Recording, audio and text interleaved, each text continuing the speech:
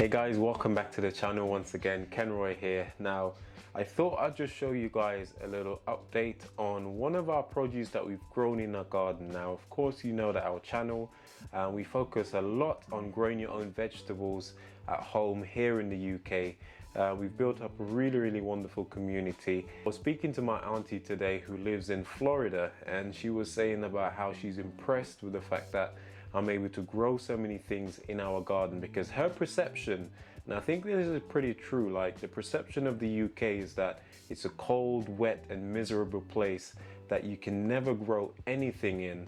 And that's not necessarily the case.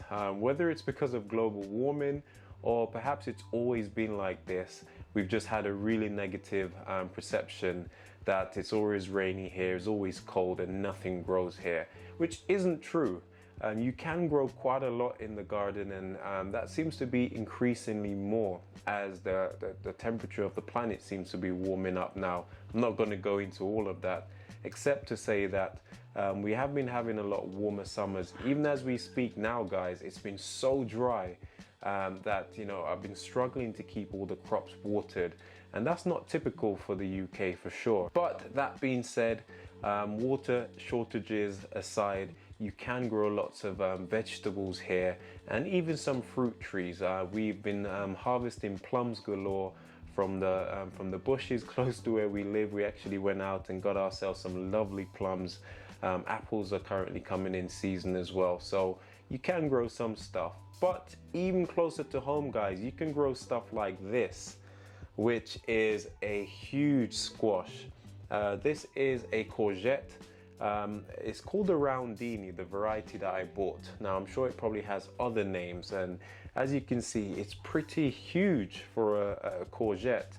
And this is the round variety. I love the color, love the shape.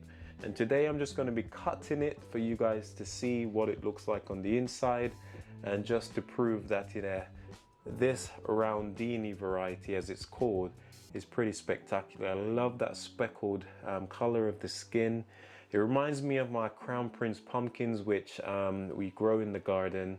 And so, yeah, today I'm just going to show you guys what it actually looks like to cut one of these bad boys open, and just to prove that you can grow a myriad of different things in the garden, you know, from onions to potatoes to carrots, courgettes, squashes, then all of the berries, blueberry, raspberry, strawberries, you name it. All of these things have been grown in the garden.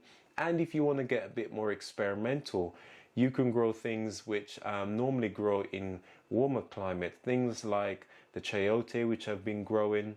I'm currently trying to grow some cocoa, sweet potato. And so the sky's the limit. You've just got to do your research, get practicing. You might not make it from the first attempt with some of the more exotic plants, but I bet if you keep going, you'll get there in the end. And so, without any further ado, guys, let's cut this courgette open to see what it looks like. Okay, guys, so here we go.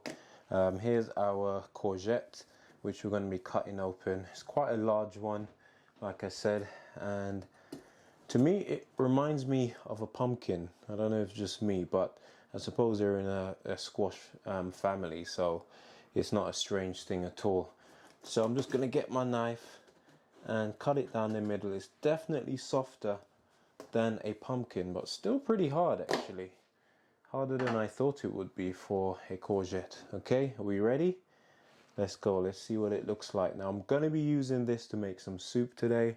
We've got some carrots, some potatoes, some onions. We're going to boil those down with a nice broth, and then we're going to just blend it with my hand blender, and job's done. So I'm not going to be making the soup on camera. Just wanted to show you guys what this looked like. Okay. Wow. Okay. I mean, I was almost expecting it to look as orange as a pumpkin does on the inside, but of course this isn't a pumpkin, it's a courgette. And that is very different than the ones that we used to, those green long ones. But in many ways it's pretty similar in terms of what the seeds look like and the actual color of the inside. So happy days, guys. Let's cut this again down into quarters.